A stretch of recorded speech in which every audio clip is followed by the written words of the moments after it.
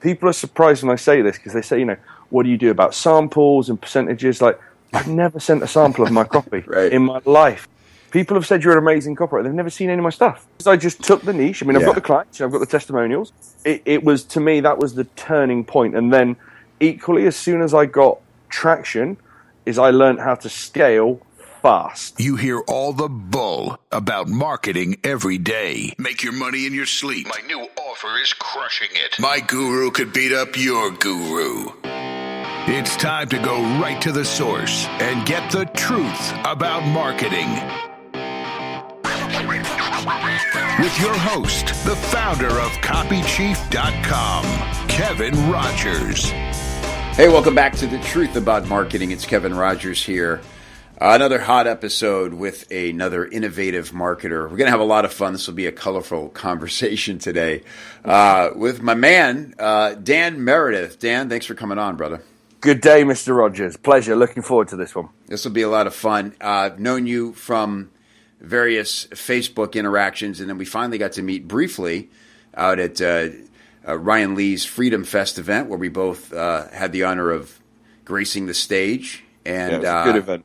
Really, I think I was sober when I met you as well. I think you were. You were sober and lucid and sweating. Very sweaty. Remember that? Extremely moist due to the fact that was probably the biggest stage I'd been on. Wasn't even pacing. Wasn't even stressed. Totally relaxed. And I really admired that. I think you flew in for 22 hours and had to get right back on a plane to the UK to attend a wedding. Is that right? Exactly that. 22 hours. Yeah, it was fly out, overnight flight, get there, try and freshen up, on stage, showered again, and then back on the flight back to the UK. I love that. That's dedication. It's interesting to me because the way I've seen your business evolve over the last year or so, you probably don't need to do that. So what's your criteria in deciding to do a thing like that? I think for me, so give you a little bit of history. So I learned a lot of how I operate from my father. So I used to kind of my sister's disabled, and some days I'd go with my dad and stuff when I was a young kid and sit in the car with him. And he used to do what I call his rounds. So even though he had customers that had been with him for years, he's sort of as a head of sales for a big lighting company now. But even though he'd done that for many years, he would still get in the car, put in 1, 2, 3, 400 miles. It doesn't sound like a lot to an American audience, but in the UK, that's half our country. And would go and see people face to face, because he felt that effort was important. And, actually, putting in the miles and the fact that, you've actually gone out of your way to do something was key. And I treat the same thing, even since I switched from my offline business to, probably 80% online. I realized that what people weren't doing is making their effort to go and see their customers and their clients and their audience.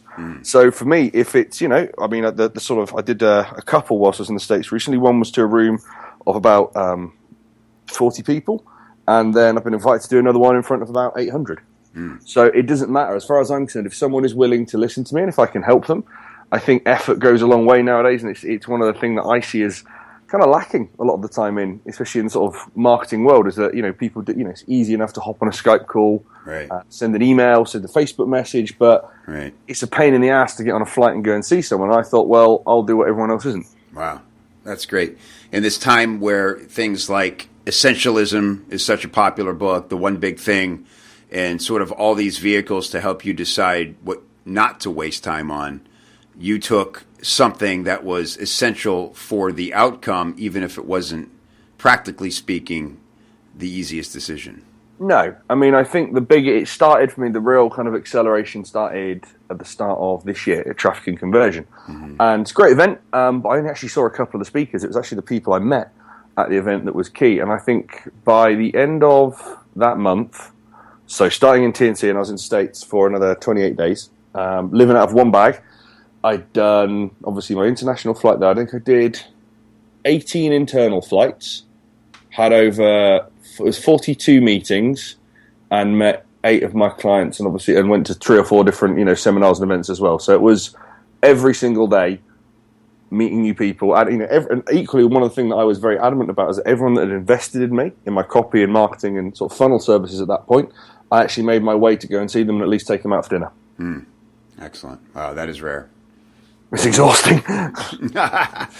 But yeah, it's an intangible result that you'll get from that, right? I mean, the deepening relationships and the way people talk about you, they'll be fans and probably clients for life. Well, that's the beautiful thing, is that one thing I've noticed, especially when I do a lot of the coaching and consulting gigs I do now, is that people won't invest without them knowing, what's my return on investment? What am I going to get back? Yeah. What are you going to guarantee I get? And I'm like, well, in all honesty, if anyone guarantees you anything, it's bullshit, right? Because there is no guarantees. You don't know how well a piece of copy is going to perform or a funnel is going to work until you've run it up the flagpole. You've got a good idea because you're good at your job, but you can't say what conversion rate it's going to get until it starts going out there. Right. So a lot of what I did and what I've done and what I believe in is that you shouldn't necessarily do things always with a financial, dollar bill number at the end as a guaranteed result, because it doesn't work like that. I just do what I think is best practice. I do what I think will work, to the best of my abilities, and it's not an instant win thing. It's it's a kind of case of, if you think about the old bands, like the Stones and the Who, obviously there's a couple of British ones. I'm sure you can name some great American ones. Mm-hmm. And think how they started. They started in crappy little pubs, tiny little venues, and they toured. Yeah. And I'm a big believer. I mean, think of the stand-up comedy circuit. I mean. Sure. You start off in, little rooms in the top of bars with, a handful of people. And then by the end of it, you're playing, stadiums or arenas, or, if you kind of go down that route. Yeah. And I took a lot of knowledge from that, and I thought, well, I think, if you're going to stay in this game for a long time, which I want to, I don't want to be, it's very easy to make quick money online. Yeah. But I want to be here for as many years as I can. I decided to build up a fan base, so to speak. And I went on, in effect, my own little tour. It's great.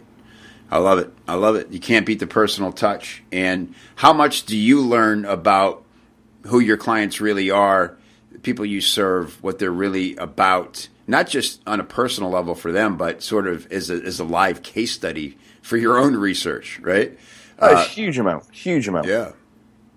I mean, when you actually it's who we are on. I mean, I've tried to be as close to myself online as possible. The Dan you meet on either in my group or in any other groups, or however you interact with me, is as close to me as I can, it can possibly be, apart from a few terrible things which must never ever hear the light of day. But outside of those things, it's the same Dan. And what you find is you get to meet your clients.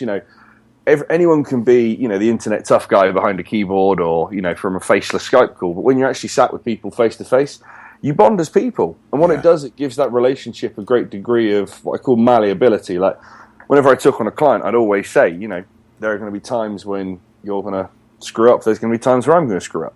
But I like to think that, the strength of our relationship means if I'm going to be delayed a couple of days getting a piece of work to you, I'd like to think I can pick you up at the phone and say, look, this has happened. Yeah. Give me those 2 days equally, and I said to them, you may have I was charging some pretty high fees, and I said, what, sometimes a shipment comes in late, or you get let down by a supplier, and the cash isn't there. I like to think that if you say, Dan, can you give me like 24 hours, I can send you like $1,000 now to prove it's okay, give me, 24 hours to get the rest for you, that I'm going to be okay with that. Yeah. And it makes the relationship like, I think it's better, to be honest with you, because you both, there's an element of friendship there as well that often you sometimes don't get with like suppliers and business owners. Right. And life happens, and everybody should understand that. And like you said, when you can pick up the phone and go, "Hey, it's me, Dan. Here's what's up," it's different than somebody they've never actually spoken to on the phone before, and then they call and they're like, "Uh-oh, something's wrong." Yeah. They're like, "Oh, great, it's Dan. Oh, sure, okay, Dan, I get it. All good." It's, like you said, two friends having a conversation rather than some weird extreme business scenario. It makes it enjoyable for both parties, because, there are times where I've had, we all agree contracts and we say things here, but there's times when maybe your client just needs a little bit more help. Yeah. And they know that they can say that to you, and you're not going to go, well, let me just see if I can price that up and let me check my content. You're just like, don't give me that bullshit. Right. If someone's paying you a lot of money and they need a little bit of help, then, I have it with my clients, like with the contact level. So, for example, some people say, you can have an hour a week of my time and that's it. I have what I call the no douchebag level of contact. And it's, if you think you're contacting me too much, you are. So just don't be a douchebag. Like, my coaching clients now is having a bad day or a bit of a wobble. Mm-hmm. I'm like, just shoot me a message on Facebook. If I'm free, then of course I'll spend. I'm a human. Of course, Yeah. I'll spend 5-10 minutes chatting you, seeing what you need. Yeah. But I just think the kind of relationship side of what we do in marketing, full stop, is just so important. And I think a lot of people, they get focused on the technicalities, the funnels, the contracts, the minutiae of if you don't hit this, then you're not getting that. It's like, just be nice. Yeah, it reminds me of a conversation I just had with our mutual friend Jesse Elder. Mr. Elder. He's great man, and he loves to go to Burning Man, right? And so I've never been. I was asking him about Burning Man, and he was telling me about how this society appears out of nowhere and then disappears. What do they call it? Like a zero footprint thing. And everybody just takes it upon themselves to clean up. There's not a company that comes in at the end. You know what I mean? They just leave it pristine because that's what you do at Burning Man. And there is there's no commerce, but yet everybody gets along and people trade things. So it's a society that people have opted into. And beautiful. It's not. I don't think I could do it. I mean, I said this when I was a kid. Like, I want to travel the world, but by a minimum of 4-star. I don't think I could. And that's not me being a snob. I'm not from a wealthy background at all. But I mean, Bernie and Jesse was talking to me about it, and I've got a few friends who've been there, and it's the concept of just doing right by one another. Yeah. And that's kind of what you're saying with your approach. It's like, look, if you feel like you're being a pain in the ass, there's a reason for that. It's because you're being a pain in the ass. Probably don't do that anymore, and we'll be fine. But otherwise, it's a self-monitoring scenario. So let's talk about how you probably you bring that philosophy to Coffee with Dan, and I'll just give you my view of like the emergence, the rising star of Dan Meredith. From my view, and I'd love to hear kind of what went on behind the scenes for that to happen. Sure. So I knew you as a guy who was a respected copywriter, an active freelance copywriter, and had a personality and was obviously motivated. But, beyond that, I didn't know much about you. And then all of a sudden, it just was like you woke up one day and went, I'm taking it. I'm taking everything that's mine, and I'm not holding anything back. And not in a like manipulative way, but the beast within you, like it was awoken, and you just went, "I'm here, everybody. You're getting the real me." And everybody went, "Yes!" And on started this nonsense, meteoric rise. Nonsense. Yeah, lots of nonsense. And then you start this group, Coffee with Dan. You've talked a lot about how you thought it would just be a few friends being cool, helping each other out, solving some problems for each other. It's now almost 3,000 members strong, and really active community. And you're a star in the industry now. You're doing private coaching and special coaching with guys like Ryan Lee and other people, and you're a thing now. Dan Meredith is a thing.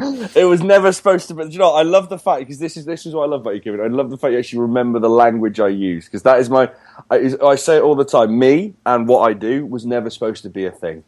It was just something I did, and I'm a big fan of that Joker. And there's a Joker meme, and it's just a picture of the Joker, and he just says like, "I just do things." But the awakening was actually when I was at. I'd gone to a sort of private mastermind with Todd Brown. Again, couldn't afford it. Whacked it all on the credit card. Gambled to see if I could get there. And Andre had become a friend. Andre Chaperon, obviously a mutual friend of ours. He gave me a book by Seth Godin called "What to Do When It's Your Turn and It's Always Your Turn." And it meant a lot, because Andre lives in Gibraltar, so obviously I'm over in the UK, so in Europe. And he dragged that all the way over to the States. It's a quite chunky book. Gave it to me, and I thought, oh, this is quite nice. I wonder what it's about.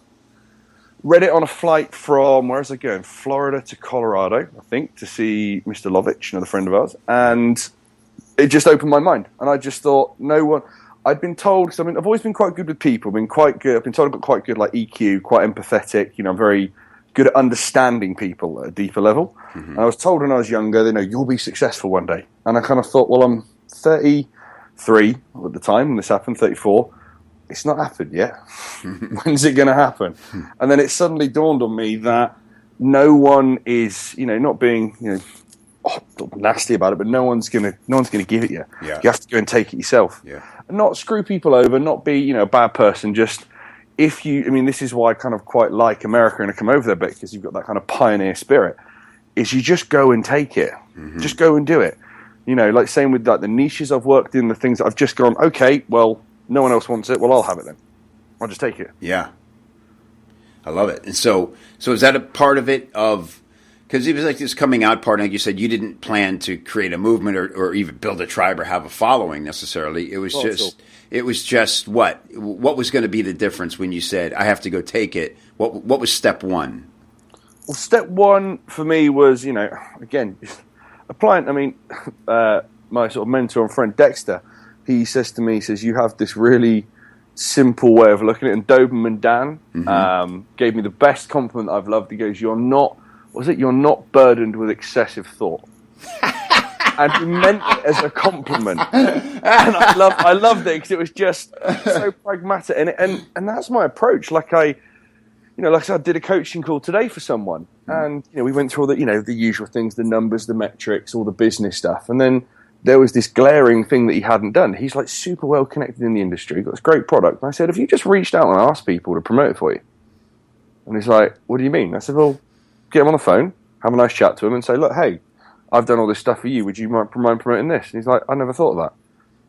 And I have a knack of basically getting to the simplest possible wins, like the lowest hanging fruit every time. I'm good at spotting the issues. And that's what I did with, my copywriting businesses, my 2 agencies, the supplement thing that I'm going into. I find a crowd of people who need, it's that simple thing, but a lot of people don't do it. A lot of people start with, I've got this great product, I'm going to spend all this time, effort, and money or service making this thing, and then I'll go to market and try and sell it.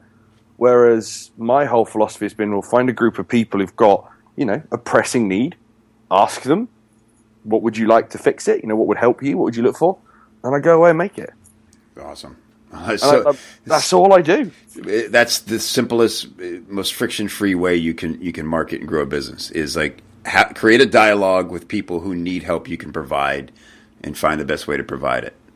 It's what most people I've noticed since I've got more embedded in the online world is there'll be there's some super talented, skilled people. They'll just create the thing first of all, and then try and sell it to people. Like, don't even know if people want it. Right.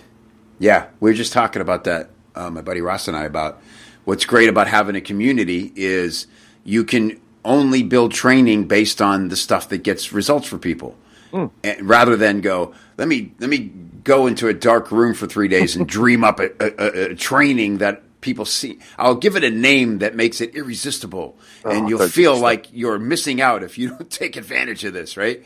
Well, my first ever coaching one, it was done. I remember it was, and bear in mind, my ad spend has been zero so far, and I had an opportunity, needed to raise some money. I was even completely open about it. I said, look, I've had an investment opportunity. I need to raise some funds. I said, these are the things that I can do, and I just listed out all the things that I felt that I have a very strong case to coach and teach people in. I didn't list anything I couldn't do. And I said, what would you be interested in? And, 100 or so comments later, I went through the comments, came up with it. And then, so this was on a Saturday. By the Sunday, 6 o'clock the next day, £25,000 English, so about $40,000. Wow. And, I'm not saying that, I come from quite a low income, modest family. Yeah. That's insane money. And the fact is that I've done that 2 or 3 times now, and it's not, I've got a social media product coming up soon, because I've been very good with doing the kind of organic posting to grow a business. Yeah. And I just simply said, guys, this is why, would you be interested in it? And I had like 200 and something yeses. So I've got, if realistically even a half of them go through, that's like, there's business just there waiting for me to finally get the bloody thing through to the graphic designer and make it look pretty. I love it. It's great. Cool. Let's get to, there's an essential question I ask all my guests of the show. And I'm really excited to hear your answer because, again, you don't overthink stuff, but you're a high action taker. Have you done your Colby? Oh, yeah. I'm 9 on quick stuff. Okay. It doesn't surprise me at all. Okay, cool. What are you on research? I'm curious. The thing is, I was actually lowest on, I was lowest on implementation and then middle on the other 2. Okay. But I've used that to my advantage, obviously, with the businesses, and I'll talk to you about that later. I mean, Okay. I've worked out how to leverage my strengths and weaknesses to their maximum effect, and I'm very honest with that. Yeah, great. Love it. Okay. So, Dan, Meredith, what is the one thing you've done in your marketing that produced the most surprising results? It goes back to that kind of, just taking it side of things as well. I decided to, when I was, so this is when I said, well, I know you've obviously got a huge copywriting audience, and this is just something that really benefited me, is that I decided to pick a niche and just take it. So when I first came on the copy scene, I mean, I'm still relatively green by copy years. I haven't put in like 20 years and written packages for Agora, but one thing I had done, so my background was in health and fitness. I own a gym, still own a gym, and I thought, well, I've spoken to like thousands of people about, nutrition and weight loss and muscle gain. So I'm pretty, I've got more than enough stories. So I was trying to think, do I call myself danmeredith.com? Do I come up with like a corporate sounding name? And a friend of mine just said, why don't you just take the niche? Which I came up with, I am the fitness copywriter.com. Great. I just took it. Yeah. There's no one else had it. So I was like, okay, well, I'll have it then. And, no one opposed me. I mean, a few people I've seen a few imitate that, which is always cute because obviously when you're first to market, you've got that benefit to you. And then it allowed me to niche down. I was only leveraging what I knew. If someone said to me, "Oh, Dan, can you write on, on dating or on biz?" I'm like, no, I know good people, but I said that's not for me. Yeah. Because even though as a copywriter you can research, right? And I was very honest. I used to say to people, if you are looking for a grade A, knock it out of the park copywriter, I'm not your guy. But I'm a solid B. But do you know what I'm also? I'm fast. So I would say to people, you will get your, if you wanted a funnel, so like your sales page, your opt-in, your 10 emails, you'll get that in a week. Wow. And I would smash it out. Because I knew my industry, as in health and fitness, so well, it wasn't hard for me to come up with the stories, the hooks, the headlines, because they'd been in my part. And plus, that's all I researched. And if it was something like it was a supplement company or, a different type of exercise that I wasn't familiar with, of course, I would spend a couple of weeks, as you would expect to, immersing yourself in that market, getting as much info as you can. But I just took the niche. And then when I was approaching people, it was very, very simple because I said, this is all I do. You can get other copies. Of course, there's loads of copywriters who can write. There's thousands of the buggers who write in health and fitness. But I'm just like, well, I'm the only fitness copywriter. Yeah, right. No, and just by taking that niche, and I've said it to people before. I spoke to a gentleman a little while ago, and he said he was really good at writing affiliate. So I just said, why don't you call yourself like affiliate copy king? Anything. My French, mutual friend of ours, Sean.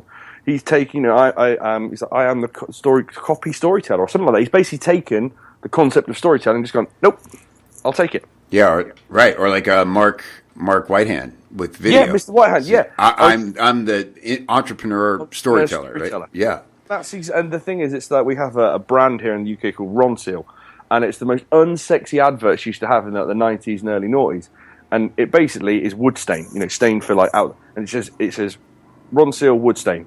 It does exactly what it says on the tin. As in, there was nothing, there was no hype. It's just, we do this, we've just told you. And I found it basically makes things so much easier. Yeah. And people are surprised when I say this, because they say, what do you do about samples and percentages? Like, I've never sent a sample of my copy in my life. Yeah. People have said you're an amazing copywriter. They've never seen any of my stuff. Just because I just took the niche. I mean, I've got the clients, I've got the testimonials. Yeah. It was, to me, that was the turning point. And then equally, as soon as I got traction, is I learned how to scale fast. And that's how I got my businesses so big so quickly, is scale. Interesting. Now, I want to talk to you about the copywriting process for a minute, because I think people are always wanting to know about your sort of new stardom that you created and your viral ability with your post. But I'd love to dig in and get to know you a little bit more as a copywriter. So, because that's a big issue for a lot of writers and marketers who write their own copy is just the time it takes, right? So, what was behind your ability to pump it out so fast? A lot of stimulants. No, I was. I think for me there was a pressing need. So at the time, it's I think when don't know if you'll agree, is when your back's against the wall a little bit, you'll often produce some of your best work because you kind of have to. Yeah. So I always kept myself under a kind of semi-permanent state of fear and panic. Like, I have to, never don't. As Brian Kurtz said to me when I first met him, we got on really well, and he said, "I know your type, Dan." He says, "You are basically walking at a quite thick, steady tightrope." But he said, "If you look back or to the sides or down, you're screwed." He says, "All you can do, someone like you, is you just go forward and don't worry about what's going behind you." And that's how I kind of approached it. And then the actual process of me getting to sort of where I was, it was a case of, I did as you do. When you get into, I bought all the things. Right. So I got, all the books. I got all the traditional books, from like 20s, 30s, 40s, 50s, up to, modern classics. So I got like, like Ben's program, Andre stuff, Doberman Dan's, all that. But the thing where I started was the copy hour, and it's like copying out by hand an hour or so of copy a day. And I thought, well, I haven't got time for a year, so I contacted the guy and I said, can I just have like 4 or 5 hours a day? So I would get up at 5 a.m. I've got them here. They're literally to the left of me here because I'm moving flat. And I've got 28 A4 binders of handwritten copy. Wow! So I did 5 hours of that a day. And then moved on to pitching. So so I was very consistent. So it was handwritten copy, then it was 2 to 3 hours of new business development, 6 days a week. So I'd do Saturdays as well. Then I would go on to reading. So I'd like read some of the manuals. I'd spend a couple of hours doing that, and then I'd be running my gym. So it was basically, people say, some people have, obviously, it's fair to say, who do you think you are? You've come out of nowhere. How do you charge that? It's like, well, if you want to do that, then that's cool. Yeah. It was 18, 20-hour days for 3 to 5 months consistently. Yeah. And that was it. Interesting. Why copy? There's so many ways to make money. If you applied that same energy towards mastering traffic, you'd probably be a lot richer. Yeah. So I have kind of, I was quite a good sportsman, but I would say, considering I was a rugby player, I used to really struggle with sort of certain, like catching things like high in the air and stuff. And I have very, very mild dyspraxia on my father's side. So sometimes my brain just kind of muddles things up. So even though I did like maths and physics and design at my A-levels in the UK, spreadsheets, if I saw like groups of numbers, I'd have to literally trace my finger across the page. And so I realized that, and plus, it just doesn't excite me. Yeah. Like the idea of looking at, and I know, don't get me wrong, that stuff I know there's big money in it, but I would much rather, my business partner in my agency, I'd probably say like a tiny bit autistic-y, if I would say, and I'm not saying that to anyone, I'm not saying that, in a derogatory way, my sister's heavily sort of mentally disabled as well, but she just had that kind of real ultra focus that you have someone who has that kind of level of brain function. And she admitted she had a bit of that herself, and she was so good with seeing the numbers and kind of seeing how they could change day to day. I thought, it's like when you see someone paint like a masterpiece or something, you think, I can do it, and I did do it, and I ran my Facebook ads, but I thought, I can't do it like you. Yeah. Whereas I've always been a good storyteller, I've always liked talking, I've always sold a lot via email and copy, but naturally. And I thought, this is more fun. And plus, the reason I got into copy was, at the time when there was an opportunity to work for Ryan Levesque as his copywriter, I knew Ryan was good. I didn't know anything about anyone at that point. I just thought, I've been doing this for 5 weeks, I'll apply. So she found quite novel when he realized how long I'd been doing it for. But as I said, I mentioned my sister, I had a facility. It was quite a premium price facility. So we had, downtime, and I often cared for my sister. So I needed something I could do on a laptop. And I thought, at this time, someone will pay you like $100 to write an email. I'm like, wow, that's amazing. I can do that. Yeah. And that's where my kind of love affair with it came about. Interesting. And it's translated into, I've basically translated copy into every element of my life. Yeah. From my business pitches to my social media to my interactions with, friends, relationships, partners. It just works. It just really works. Yeah. It becomes instinctual, and that's when that's when the gift really starts to pay off, right? 100%. Or I should say, not the gift, because you earn it. We all have to earn it. Yeah. But so let's talk about posting, right? As writers, I've talked to John Carlton about this quite a bit because he's a very effective Facebooker as well. Yeah. He gets epic response, and I've walked through some of his posts with him. It's some of the best podcasting we've done together. And I'd love to do a similar thing with you. Are you up for that? 100%, mate. Let's go into. I'm just going to go into Coffee with Dan here. And do you have a recent post that you felt strong about? I'll find one now. If you go into the photos at the top, yeah, and if you scroll down, we'll find one where I know there's so much swearing and abuse on my stuff. It's ridiculous. Where's a good one? I'm just trying to find one which has actually got some good wordage on there. Do you know, let's see what's on the feed today. Because I did one today, actually. Okay. Discussion. I'm always writing nonsense on there. There we go. Try and find one. This must be really exciting for everyone listening, by the way. Okay, if you scroll all the way down, there's one that says, please all read. And it's got a picture of me, and excuse anyone's here, so it says, please help me the fuck out. Scroll down. It's about 8 posts down on the main wall. Is it under your throwback photo? Oh, it's in if you go into photos, and if anyone else is in my group, this is one of my favorite posts because it got. Oh, I see it. Okay, great. Yeah. Yes, a picture of you holding up a sign says, "Help me the fuck out." Yeah. Okay, great. And it says, "Please all read." Now, let's see. Oh, let me click on it. Okay, so it's a little long, and I'm sure. So we won't read through it all. Yeah. But I invite everybody. What's the criteria for joining Coffee with Dan? We either need to have a mutual friend in common. Okay. You need to have friends in the group or added in by a friend. Because if I can't click on, I do go through once a month and all the people that have got no connections. I go through and just see. I look on their profile and see, are they entrepreneurial? As in, are they talking about entrepreneur stuff? If they're not, they don't come in. So it's quite. It's not hard to get in, but it's not just plain sailing. Just come in just because. Yeah. Right. Okay, great. So if you are fortunate enough to be in Coffee with Dan, you can come see this post. And if not, make friends with Dan or make friends with a friend of Dan's. Very simple. It's so this one says, because what I want to get at here is, as writers, we're all constantly in this process, right? Yes. And sometimes, what makes things attractive online, typically they're written quickly because it's really about getting that emotion to transfer and not muddling with it so much that goes away, right? So let's tell me about this post, what its intent was, and I'd love to see, if possible, any instances as you sort of scan through this where you started to write it one way and then thought to write it a different way. Okay. So one of the key things that I always do, especially if on social media, ladies and gents, is I always include as close to a pattern interrupting image as I can. And I'm very conscious of what I've posted in the days prior.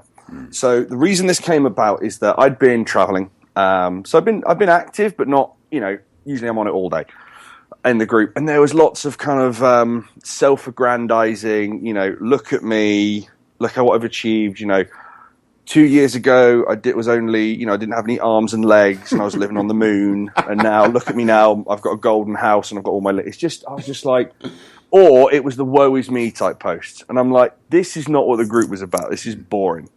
So this was I don't rant very often. Mm-hmm. So for starters, there's a lot of things in play here. I was telling people to read this, which I never do. Mm. I was, ranting.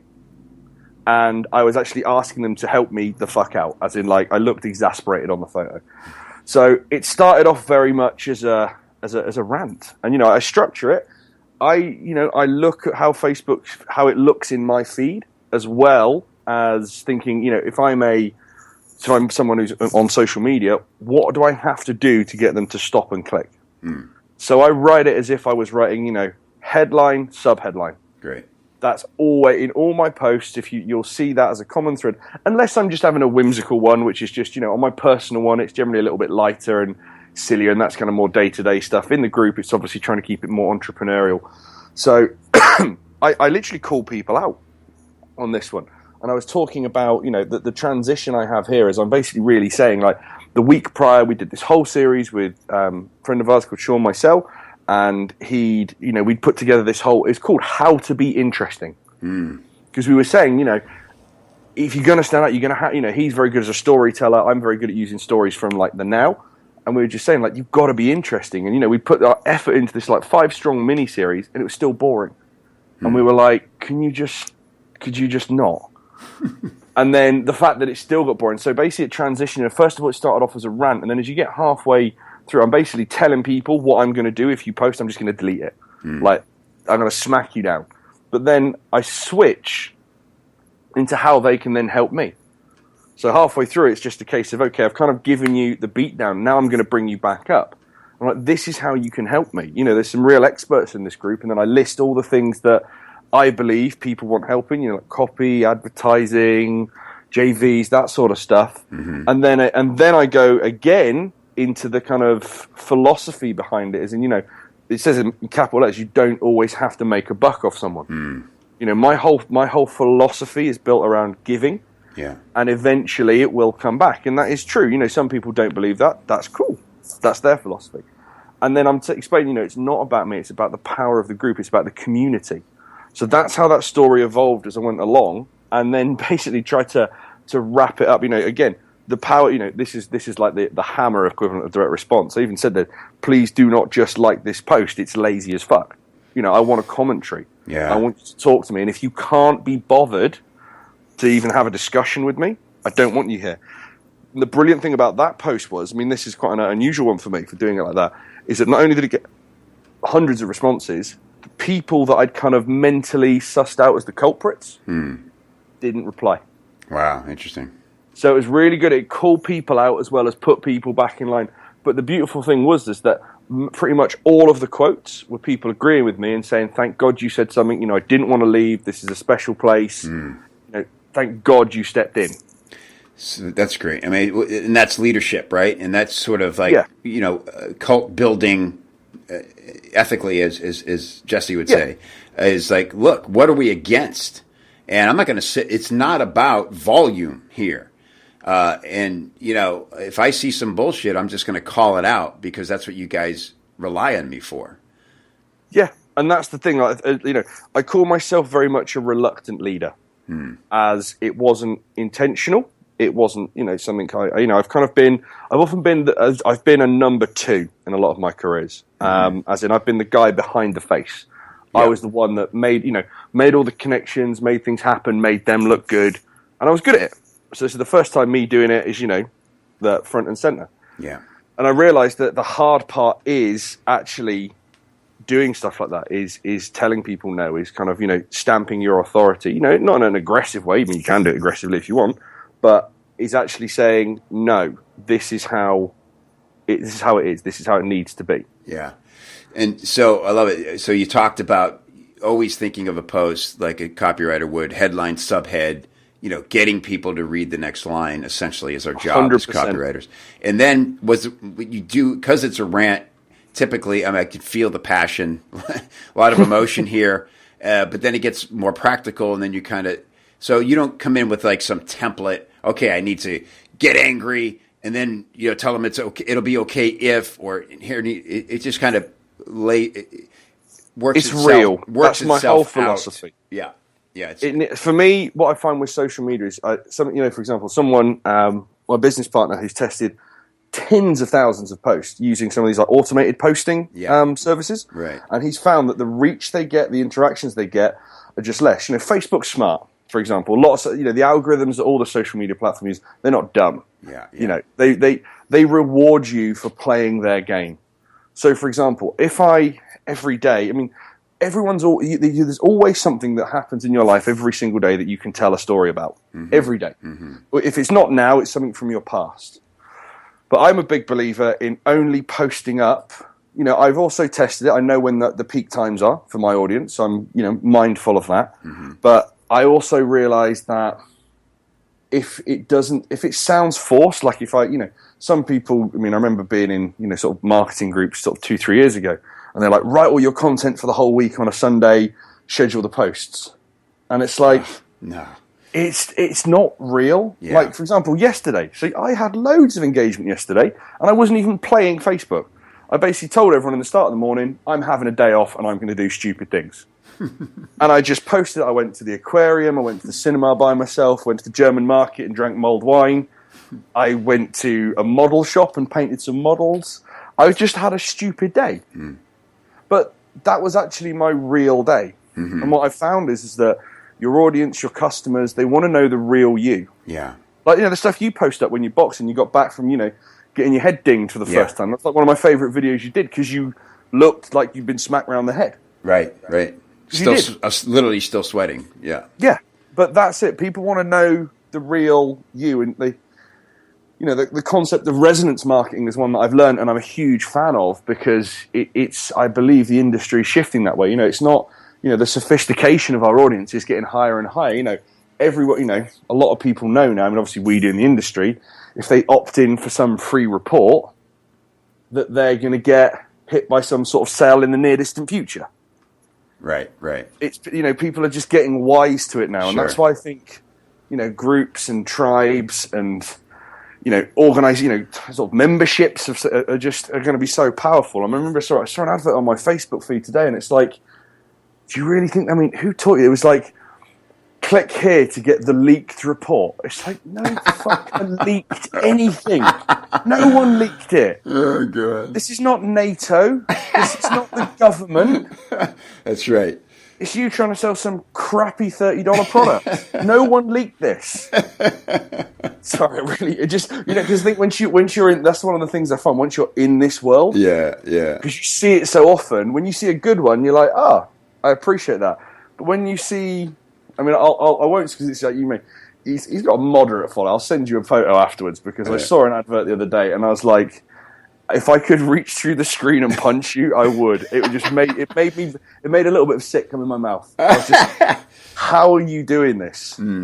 Yeah. Sorry, off on a tangent there. Nah, people sell their souls pretty quick, and fast. This has been great. I want to respect your time. That's great. I've really enjoyed it. It's flown past. It's really great.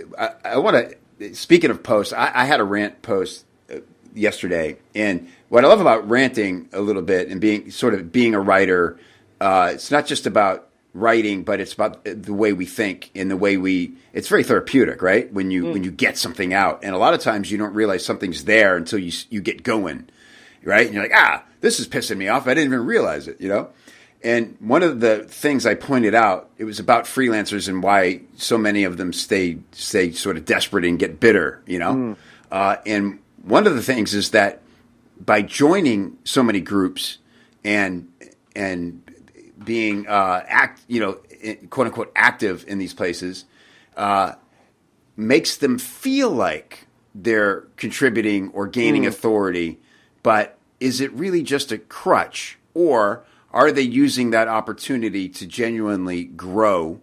Because what an opportunity is to have a microcosm like this, a community like this, to put out, share ideas, and see what resonates, and then build upon that, right? But so often, everybody's just like me tooing, And so, tell me, you've obviously paid very close attention to the psychology behind how people behave in a community like this.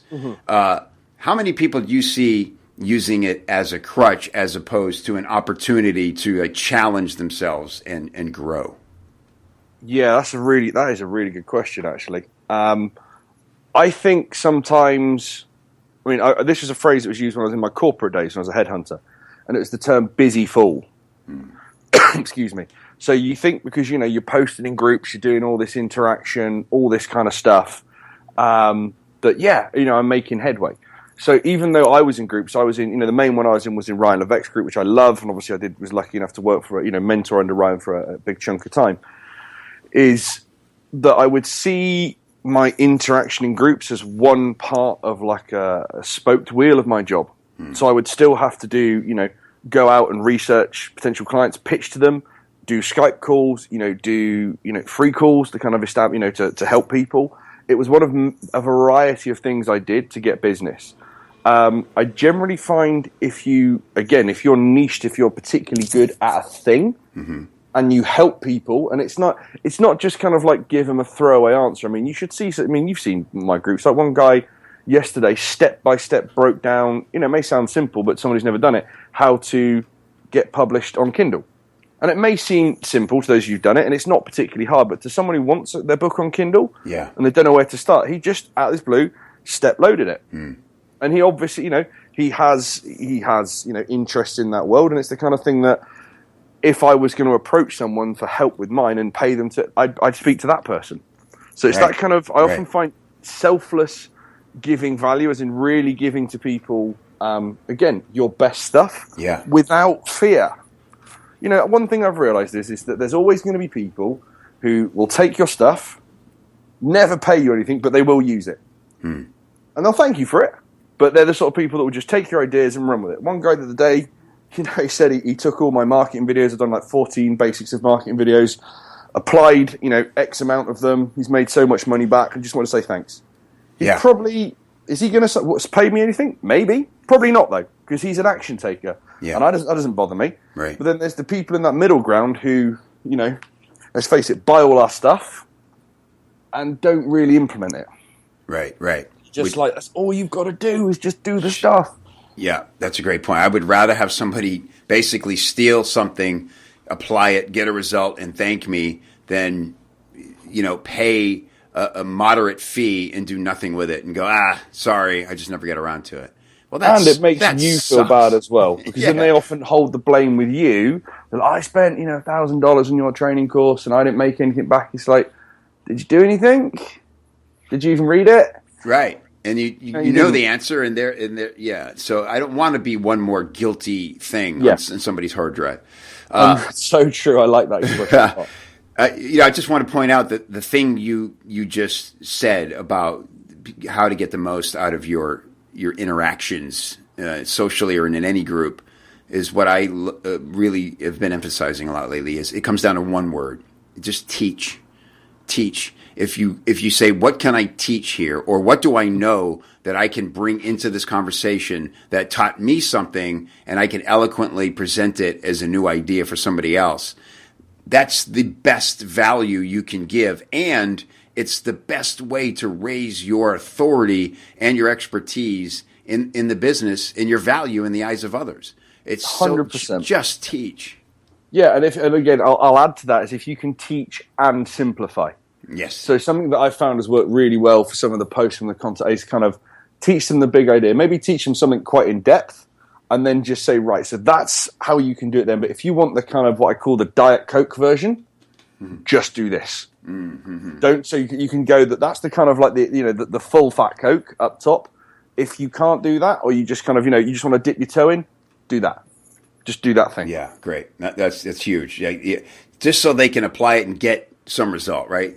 Yeah. Give them the best opportunity to take action. And like you said, and then you've done kind of everything you can. And if people if they want to stay distracted and use all these opportunities as crutches instead of ways to grow. Exactly. I did one today on lumpy mail. Lumpy mail, I've made a lot of money personally with lumpy mail. Mm-hmm. And not so much like mass tens of thousands, but, like kind of strategic letters. And is that from the gym?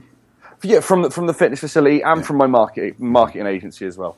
And I did a simple one today. I was talking to a friend of mine. He was trying to get more work with agents for his copywriting service. And I just said, look, let's just take, so we were talking about, some different ways of doing it. I said, look, let's just kind of leverage one of, my old favorites, the Gary Halbert dollar bill letter, and let's just modernize it. So we got a $5 Starbucks card.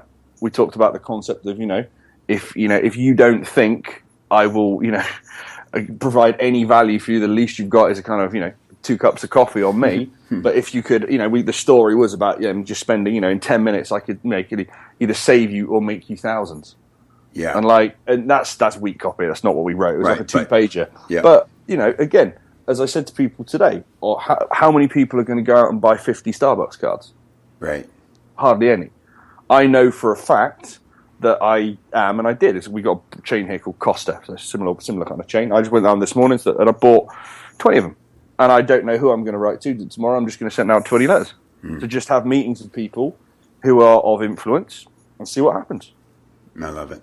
Yeah, buy people's attention. Greatest thing they could pay you first is their attention. And if you have to invest $5 a shot to get their attention, it's brilliant. But we go back to what we said at the very start. Everyone nowadays wants to know how much they're going to get, what's my return on investment, what's in it for me, before they put their hand in their pocket even once. Yeah. And that's that's if I'm going to leave with any kind of concept, the sort of the idea I had of the niching down, but now is that invest regularly, invest often. Every spare penny I made. So my first piece of copy, I took the money I got and put it straight back into another course. And I just kept doing that, and I kept learning and applying. And then as soon as I had money, I paid for even just an hour of someone's time. I remember I badgered. So when I worked with Ryan Levesque, I got paid for doing this trial thing for him, and I came second, which worked out well because I ended up working for him. Didn't become his copywriter, but became his kind of right-hand man in the new business side. And he exchanged what he was going to pay me for 22 minutes and 30 seconds of his time. Ryan, he's Mr. Detail. Right. And, and same with Doberman Dan. I badgered him for a call, and he wouldn't accept, and Derek Johansson as the copywriter. These people, didn't necessarily offer that. But I would say, look, I'm not going to take the piss. There's the phrase I hate the most is, can I pick your brains? Yes. Go away. No, you can't. Yeah. I offer people a chance to if they just want a quick chat, they can make a donation to my sister's charity now. And if they can't even give me $10, they're not worth my time. Great. But I offer, the whole concept of pay to play. I've gone to so many events where people, don't use them in the right way. Like, I'll give you a little copywriter's tip, guys. Any event where people are selling stuff. So I went to a supplement mastermind, 30 people, all wealthy. These are big names in the supplement industry, yeah? Me and my business partner, Mike, we're the only copywriters. We've got 6 clients just by sitting in the room. So it cost us $7,000 between us. We made 50 back. Wow. So that there is just as a simple little hack, right. Guys and girls. Don't go, go to copy events, learn your craft. But let's just say you write for the finance industry, yeah? I'd be going to every financial services mastermind and meetup there was. Right. I'd be like, this is what I do. I get you more customers. That's right. Oh, hello. Exactly right. And everybody in there knows they need copy, and they're all going, where do we get copywriters? Yeah. And if you happen to be sitting two chairs over, there's never a greater opportunity. But honestly, buddy, that has been, when I am the fitness copywriter, I just went to a load of fitness mentoring companies and said, hey, do you want me to put a talk on for your guys and girls, teach them how to write some, just some quick, effective copy? And off the back of that, I ended up with a business partner, to this day, a business partner, 2 staff copywriters, innumerable clients. I've spoken on stage at all the fitness events. Just by instead of, a simple one, don't fish where the fishermen are, fish where the fish are. It's that simple. Love it. Not burdened with overthinking. I love it. It's, and he meant it with love, but I still can't help but have a little roll. Go box. That's great. Dad, thanks so much for doing this, man. It's been a blast. I'm a huge fan, and I'm sure we'll be running into each other a lot more. Where do people come? Where's the best place for them to get into your world? Have a guess. Go on Facebook, put Coffee with Dan at the top, and if you're cool, we're cool, and we'll say hello very soon. Awesome. Thanks, pal. Take care. Hey, thanks for listening to another fine episode of the Truth About Marketing podcast. I do appreciate your time. I know you have lots of choices, and if you're loving this podcast, I'm loving having you listen to it. And let's celebrate our relationship, won't we, with a review. A 5-star review on iTunes.com. That's how they judge these things, right? iTunes looks at how many people rate and review your podcast, and then they decide if it's worthy of telling other people about. So if you think this is a good podcast and you think other people like you should hear it, if you go to iTunes and rate and review the show, that's the best way to get the word out. Really appreciate it. If you want to learn more about how to improve your copy, you can do that on the inside at copychief.com and visit copychief.com/TAM to get all the links and resources we mentioned on today's episode. The Truth About Marketing podcast is produced by James Clouser, graphics by Cassie Clouser, and the bullets for this show, so handily displayed for you, written by Dan Ludgater. Thanks again for listening, and we'll see you next time.